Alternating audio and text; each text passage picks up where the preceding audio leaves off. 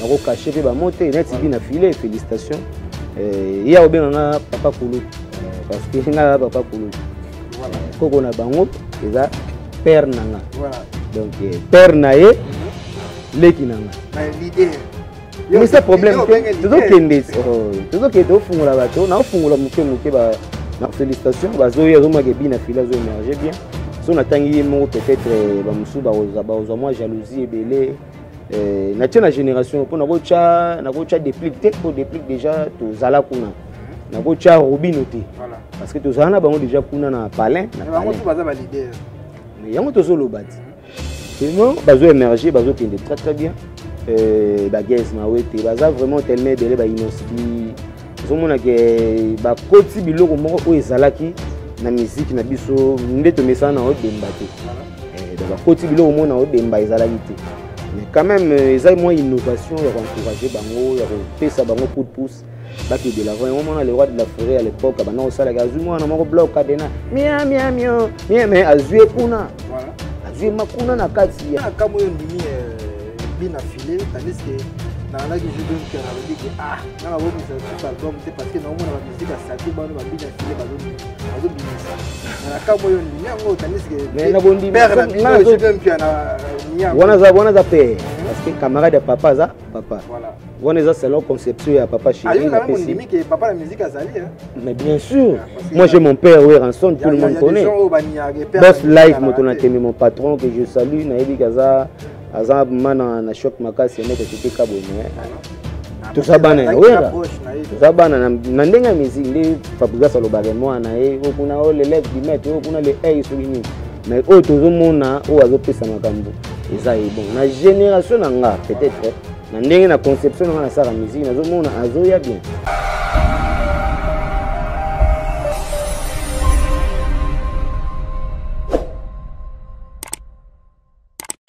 Salut, très cher Internet, total respect à tous les abonnés de Congo Presse Live TV. Bienvenue encore une fois dans cette émission. C'est une émission où tu as mis la cabine, artiste, un politicien, un pasteur. Vraiment, tu as mis la cabine, et belé. Encore une fois, aujourd'hui, tu as recevez Sabino avec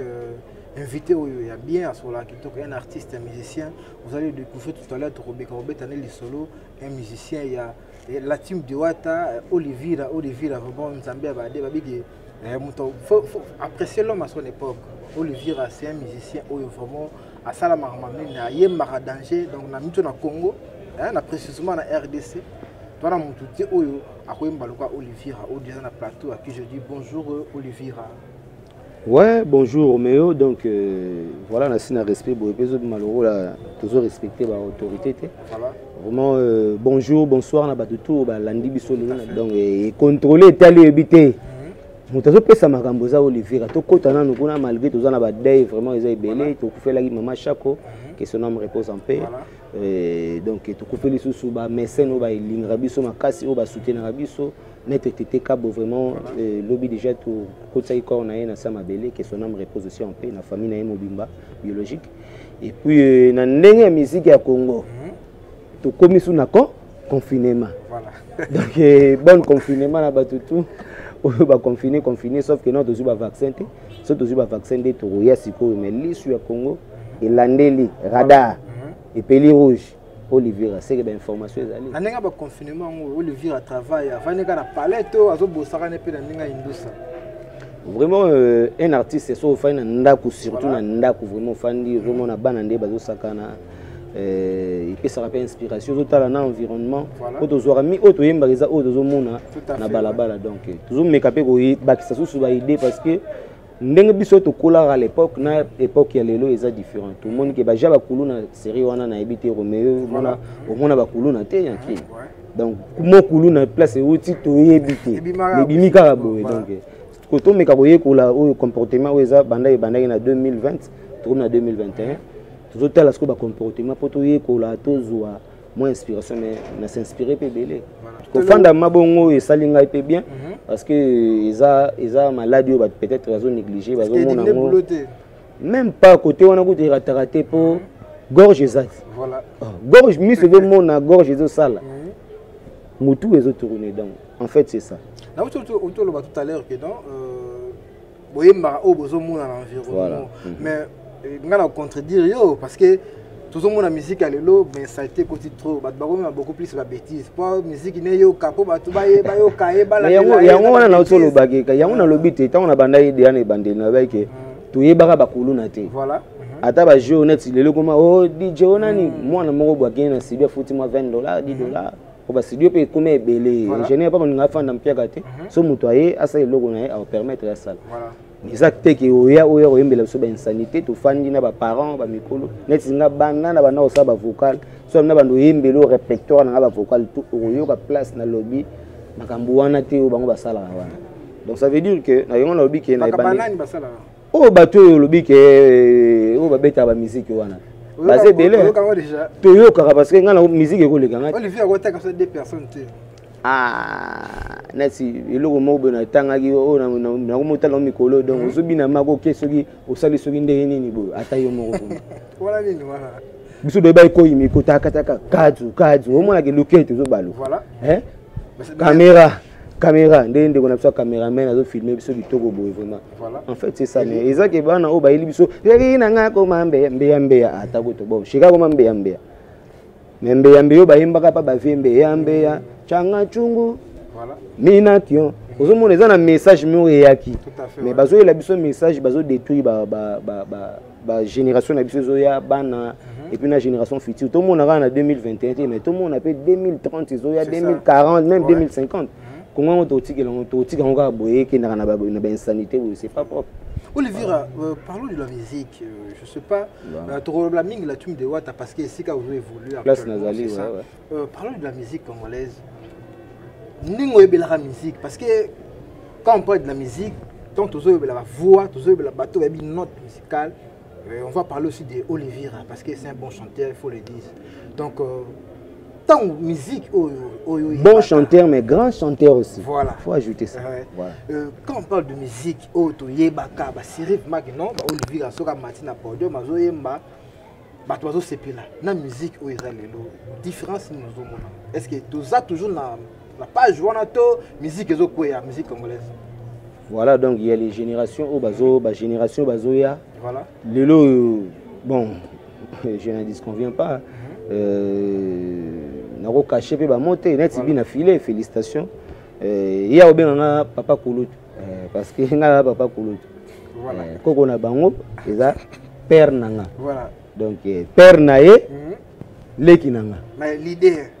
mais c'est problème tout que to fungula bato na fungula muke ba na fungula ba guillemets ba parenthèse quoi. Voilà. Donc vraiment félicitations bazoya zoma ke bina filé zo émerger bien. Si on attend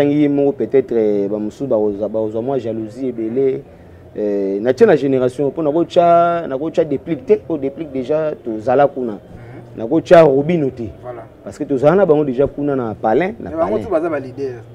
mais yango to solo bati vraiment bazo émerger bazo qui est très bien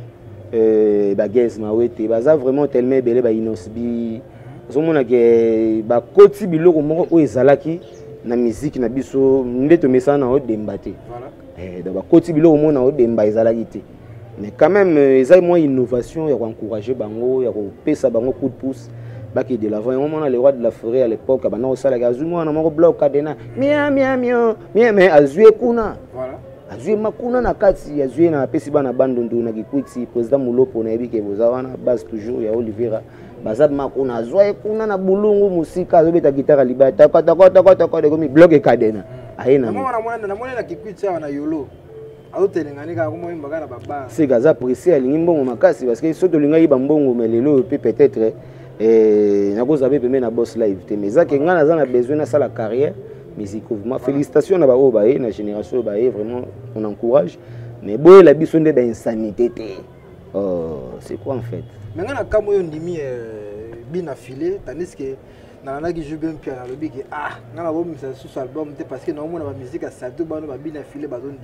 bimisa na kamo yo ndimi ngo tandis que mais na bondi père na bino joue bien piano nia wana za père parce que camarade de papa za papa voilà on est selon conception ya papa chéri na pesi que papa la musique azali mais bien sûr moi j'ai mon père oui rançon tout le monde connaît boss live moto na teme mon patron que je salue na ebi kaza aza mana na choc makasi ya mettre tete kabo mais tout ça bana wera tout ça bana na ndenga musique ndi Fabrice alobage mwana okuna l'élève du maître okuna le soki mais tozomona azopesa makambo eza bon na génération nga peut-être na ndenge na conception nga na sara musique nazomona azoya bien parce que yazana ba thème na ezoleka nango musique na pesa bien ezoleka nango azoyemba ba salité te bahalola soki ndeni azoyemba ba mawa bon bana mike wana pesko bango nde baolinga bango parce que génération on a otoloba tout à l'heure génération yango wana nde oya siko nde yango wana nde zo faire voir biso les choses qui se passent na ba cité parce que yamba eta tout à l'heure na otoloba ba confinement na komona nde ba comportement ya bato ezala sauf que arobimino tongo ke biso ba ministère bika matolo makasi donc faut kota bima baluka mais to komo fanda moi papa Facha bi fanda tano bato à côté na secteur otala bango so ba ndeni ezande boy mais na moni loko Ribin kala yo rabina file tala sko Ribin moi na moi muki azana je crois même pas 12 ans ou 13 ans comme ça mais azoyo ka eza génération mutontazo na génération moi j'encourage ndinga mabeto celui papa Chira lobaki wana za père na conception na talege ba rumba oyo bana ba obete za ya bana wana za ya biso te siko ya biso koto yo pe za logola tokela ba systématique voilà na sens voilà merci beaucoup un grand merci bon et les eba tout na ebité peut-être ba fanatique papa Chira ba trop vulgaire ba royela nga pe moi qui bavard wana mais bon selon yo c'est ezaki question na nga na répondre selon l'œil du Congo. Voilà, un grand merci à mon vieux. Ouais, t'es imanté, le vieux qui a assis, pourquoi pas. Princian, Anit, la patronne qui t'a créé. Moi, si Nzambé, un grand merci aussi à ma grande soeur propre, Josephine Omengi. Avec maman Nata Kailor, un grand merci aussi. Iguette Mboma, à Kenda. Voilà, Olivier, parlons de la team de Wata. La team de Wata actuellement, ici, qui a évolué. La team de Wata, Togagi, mi ange mi démon, bimaki, na premier volume, vraiment Togagi Olivier raté. C'était pourquoi? Parce que vous allez qui n'a qu'à la team de Wata, mais la premier volume Togagi, vous allez qui manque à considération, peut-être c'est place tous allez qui vont rater. Non, même pas. Ils ont conception, il y a les producteurs David Monceau que je salue, à Paris, même ici bambote na yesi kazali po yebi pe lingala David Mostaka yo ka barumba na biso donc ba ivoirien ba lela biso ba congolais makasi et ça y conception un producteur parce que on avait produit mi ange mi des mots non tous ça on a les mêmes producteurs manager marambutu et ça David Monceau donc tout travaillera on a mais incessamment peut-être ndé ba solana boss life et musu super renouveler sous contrat parce que biso be photo ya stingel mo ezawana a opesa biso moi va partir tout le monde te meza moi va dire que oh eza oh madako die soit beti li kofi ezwaka et soit beti morote ta ochité elle va mettre kalala na jobo na zomona pe eva kalala na zomona Patrick pas la peine donc wana ma baza base na biso ya côté wana famille kalala mobimba na jobo sans oublier Mohamed Moleka le seigneur de la ville na salon na biso ya kitoko ya la mama donc na sens wana et ça te que neti a négligé qui marque en considération te eza album so ba tchenga mo Olivier on avait bailo so mon atege comme ba problème parce que ve bailo biso da ba descendant valable ya ba King Kester ba jenga ka ba ve bailo baé ba pepe calé so mon mage non to sali moi ensemble moko na globaliser bango tout ba ve na so ba Serge Mabela na robo sana te ba modoko bon open na tangi te bo comprendre pe eroya na otan na eroya mais Alingaï quand même la volume 1 na volume 2 parce que nous avons presque 28 je crois 28 chansons donc 3 génériques na 25 chansons voilà Olivier on a eu chance il y a une chanson mobimba auto imbela ki Darius Akwala vraiment bato bazo commenter belé bazo féliciter makasi ba bi fallait de mi démon ezala mi ange mais ba ça mi démon après ba na mi ange mais ba ina nous ba kumisa pona kumisa nzambe ne ba mama Mariam basambela mingi o apesi biso ma cadre kitoko makasi bo donc fallait to kumisa na nzambe après to yesi ko net ba Olivier nga na mo santo banso to na ye makambo wana ba ke bwa nga ba mi se mo santo c'est mi se mo santo ala banso to yimbila nzambe yende tata kumonene le bala mission soyez manzengo baleka ba chorale te biso quand même to leka ki to zoki o bima te église catholique voilà bon bima pe na pesi bango ba ndeko na biso bima menga mana zala ma ser na bani na kuli communion après na sacristain petit séminaire na 20 mai na Jean 23 na Gitambo donc na fallait na za masango mais na katsa kisango wana zalaka ba masala na ba patrie par la peine ba contredire te ba monaki mage yo nde balakisi biso na sacerdoce yo fo nzela no yango kuna mais kimia bwa nzambe bozala na yo la musique profane. Oui, parce que à l'époque il na biso le bail na ke na aloti ndoto sango so aloti yo obi ke eza lokola na hebité na loti yo to fa na salle moko boy mindele ozoyemba ezaki premier voyage nanga na voyager na vie na mona nzela na suki daika aéroport Angile mso boketika bato cimetière na hebité ni na hebité mbala moko njilo ngopeka na suka litaka 8 km. Voilà Olivier 8000 km na komi mbanza ngongo repli vraiment na ndenga mabete boss live azana ba idée na asi banzembo ezana na volume 1 et to bingi mi ange na sali ba intervention belé ba intervention presque belé mais na ba cœur surtout na ba cœur mais na volume dende na mi démon boka mage boka ma voilà Mélange Raoul Yolande Malula Yannick Manganga Bobengelanga Dalton Kassanda Audrey Minator Ricardo Maingoué Double Toton Chiboulaye Valentino Panda Gina Mamale Romeo Vous mona banzela la kiba. On change la terre. Obi ke ba fe na biso ba Serge Mabiala ti azoyoka ba biloko bi petit na ngai loko surtout loko kindaki ya oyembelaka Mbendengeso que je salue na Brazzaville le demi-dieu. Mbendengeso. Vraiment, il faut avouer et à moitié pardonner. Kassonga est commis le contraire, Patrick et Moussinga. Ashka la malade, jet privé. T'as dit en effet, baby, le coulae. Kadema tout mona. So kimpoko ebelemi. Habo sana kanzela yanda kote. Ibrahim Kokomala, le leader de Matongé, Eric Fourilier, Talimabi Obimis va tester. Donc vraiment, va consommer mi-ange, mi-démon album, surtout parce que il n'y a pas ces agarres qui sont la mettre mais nous sommes à distance, on a que ma bé. Ok, non, ma bé. Place na ke wana bazo la voka la on a dit que balongola moté mama wa koma na yo manfu papi masuta obosani to vivanga wana lugi modogwa elo ba maloba ya nzambe ete ya biso bolingo le bimo twa zangi bolingo komo na nzambe te me nasko na nango balongola moté mama wa koma na yo manfu papi masuta to bosani to vivanga na yo chérie d'enfance. Mon cœur soupire auprès de toi, bébé. Pourquoi vraiment tu me caches ta véritable face? Banonanga, et comment bawina yo? A quoi la simba moke to tambola? Soki batomi bale bayo kanite. Denge nini to tambola? Pourquoi banonanga? Atalima et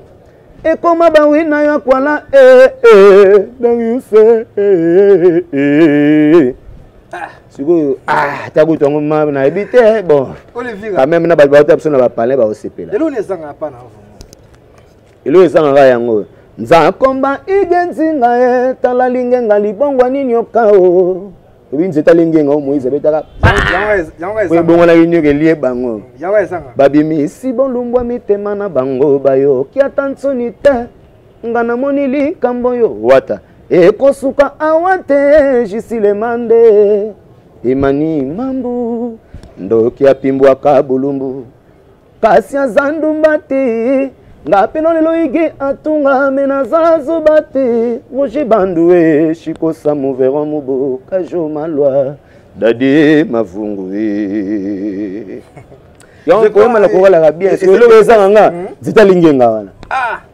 voilà. Qu'est-ce qu'il faut pour que Oswald vraiment, moi je crois en Dieu et puis je crois en Jésus-Christ. Je crois en toute religion parce que na connu la famille aux famille chrétien donc na ko sala po bosonité parmi les 10 commandements. C'est ça. Oh Moïse era nango donc ko sala po bosonité ko lula eloko ya moninga te.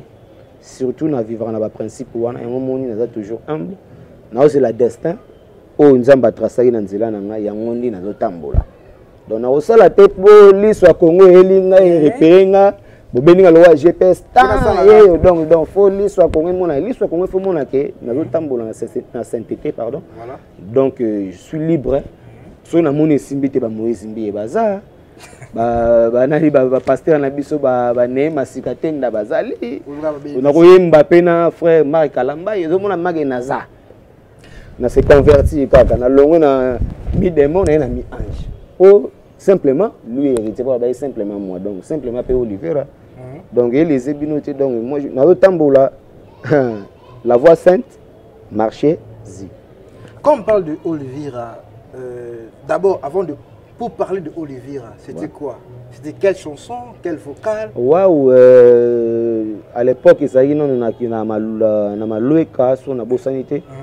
Namoni ngai na yo e koti ba eton peringa na kamwe e komi osala naufrage d'amour ngai sauvetage jeté namoni ngai na yo e komi kokomisanga furamu yo nani lokola mopepe ya likaya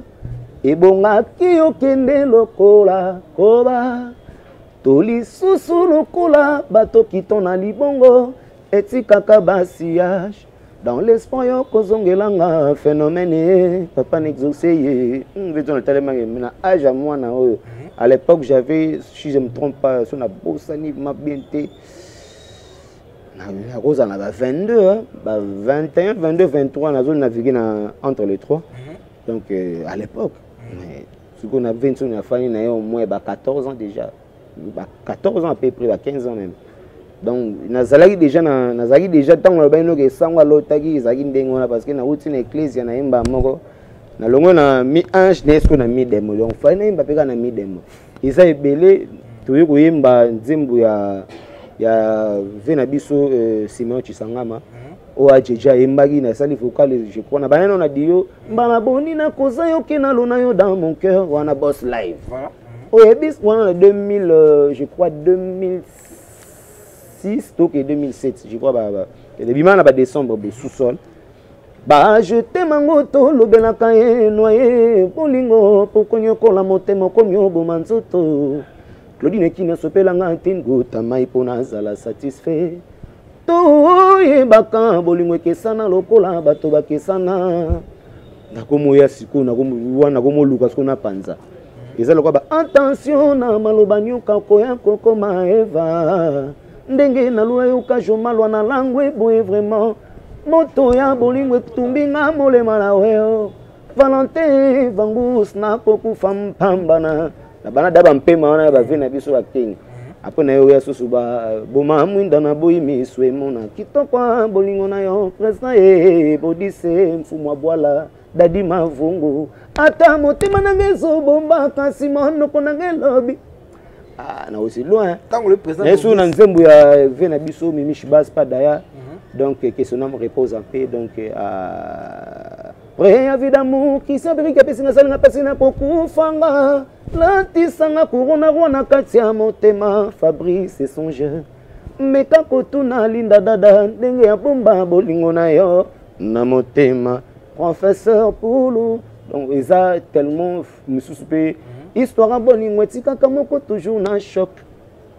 Efa kalala aleka na nzela ba epa na eba choqué ngana zangala Maître Kalala de Djobouré. Pour tous à la claire de l'amour comme au clair de la lune. Au clair de la lune, mon ami Pierrot. Lundi matin, les rois, sa femme et petit prince, ses mains sont venus chez moi pour me serrer la main. Donc, voilà, ils étaient tellement, mais Naza vraiment Naza. Puis Nazo, c'est la génération baroya, les lots, peut pas comprendre que pour tout baninga kochuba mais voix deuxième voix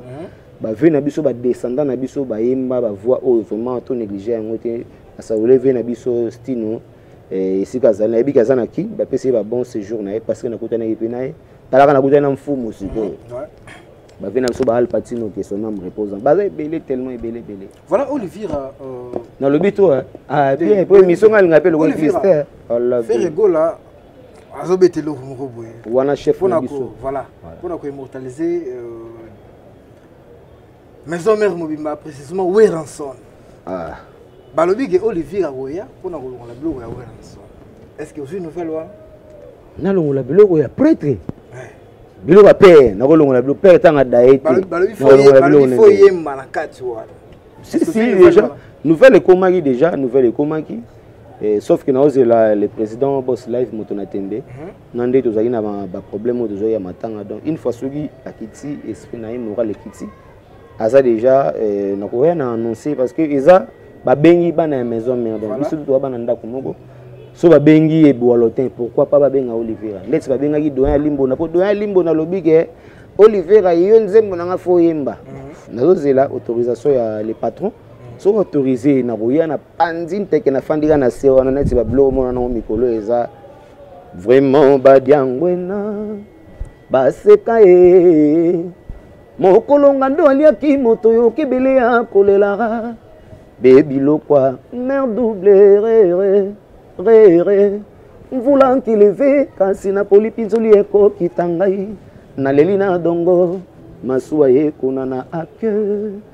Ashkala mala au contredire en côté double toto chibola olabi bosso ko autorisé non on est assuré marambo ya entreprise parce que nous travaillons dans entreprise ya mutu voilà ils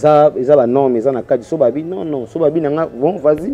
mais pour le roi ba autoriser à bercer ça la libanga yo pourquoi pas ya Olivier après ba autoriser na kinde bon ya bercer vous déjà ya yemo mais ngas ko ba ici on est supposé ya ndaku donc voilà ça le bienvenu ça qu'on dit ko mona faire na moni mageno ngape na lugara na yemba na parce que ça grand chanteur tant biso no landa ba maison mais na ba couper na ba papa tuzomona ba héritier watanabe ba faire rigola tuzomona ba bindombe ba JDT ba vina biso ba bongo to ba sele ba Bill Clinton ba Lacoste to ba na venga mvoa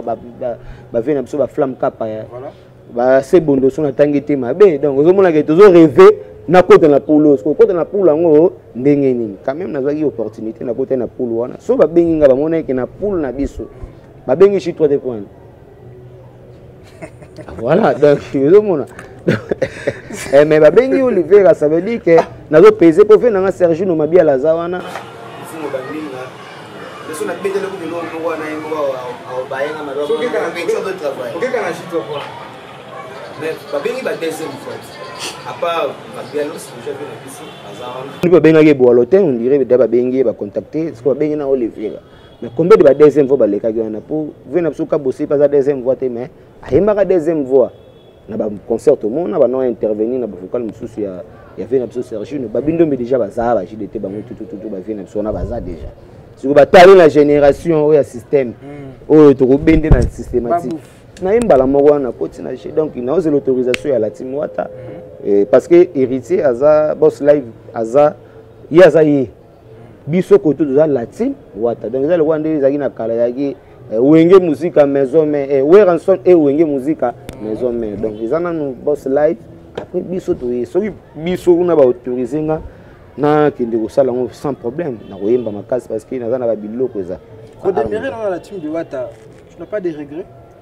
Bon, on en a regretté parce que ils ont destin. Moi, on a tambour non, c'est notre destin. Naza précédé. Voilà. Mais naza prêt. Que celui pampa. Oche. Mais naza précédé.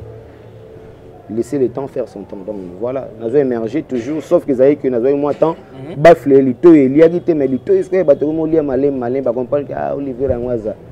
Donc voilà. Tu vois ba idole non? Idole nanga baza tellement ébélé ngai kolite buya na sambwe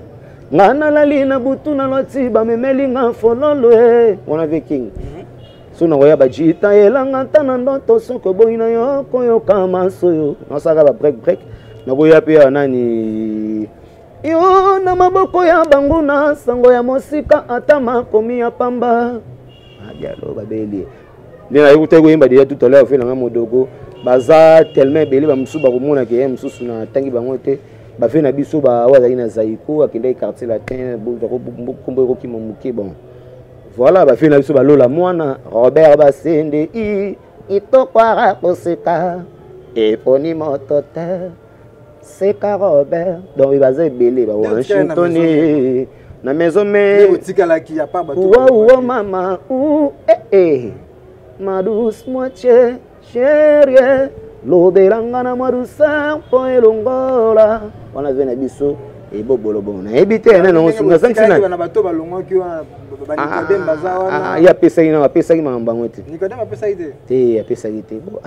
pardon papa pesa ite mais na si mam na zolo bana mo plaza za na États-Unis na bité so bazongi peut-être siko mais to yogi pe plan et bimagi mais bon ils ont kindi mais na ebisaki oyo kanzela na yaki mais niko yo yebi na ndenge ya système yo za muta 12 na ko beta sous arme te po to komis ko ndo sela code 12 bar C 83 yo mo yebi code donc pesa makam papa bilisa gorge Olivier badiangwena baseka mokulunga ndo aliaki moto yo kibili ya kolela baby lo quoi mer double ré voulant qu'il levé voilà, tout au bien fini bien sur la fin de cette émission. Olivier Nzambe Abade vraiment sa commentaire, c'est un musicien talentueux à Ebi musique vraiment yo kakape Ebi oyemba, donc il faut apprécier l'homme. Donc somme toi ça l'a bien faut qu'on dise tout c'est la rate ba kufa ton dit mais c'est un grand chanteur ton père de mutumune voilà tant baza vivant il faut toi apprécier kabang il faut to kumisa il faut to pesa ba flair pour que ça évolue. Merci beaucoup na tout au Bolati Bisso, restez branchés Congo Presse Live TV. Merci, au revoir, à la prochaine. Bye bye.